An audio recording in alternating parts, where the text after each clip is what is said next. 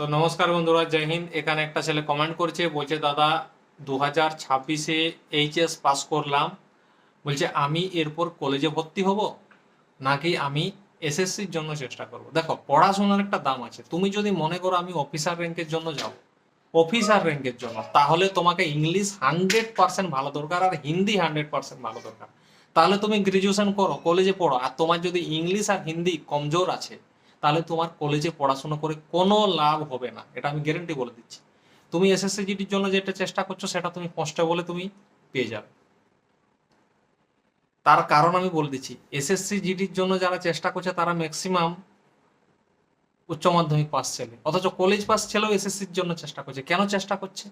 কারণ তারা জানে যে আমি কলেজে পড়েছি কিন্তু আমার ইংলিশ হিন্দি কমজোর আছে, তাহলে আমি অফিসার র্যাঙ্কের জন্য ফর্ম ভরলেও আমার হবে না, আমি পরীক্ষাটা কোয়ালিফাই করতে পারবো না ইংলিশ হিন্দির মাধ্যমে। তার থেকে ভালো আমি বাংলায় করি ভাই, উচ্চ মাধ্যমিক মাধ্যমিক লেভেলে কনস্টেবলের চাকরিটা তো পেয়ে যাবো, ঘরের লোকের কাছে তো গাল খাতে হবে না। এটাই হচ্ছে মেন কথা। তারপরে আরেকটা বড় কথা, কলেজ কমপ্লিট করতে গেলে তোমার বয়সটা অনেকটা পেরিয়ে যাবে, 3 বছর সেখানে নষ্ট হবে।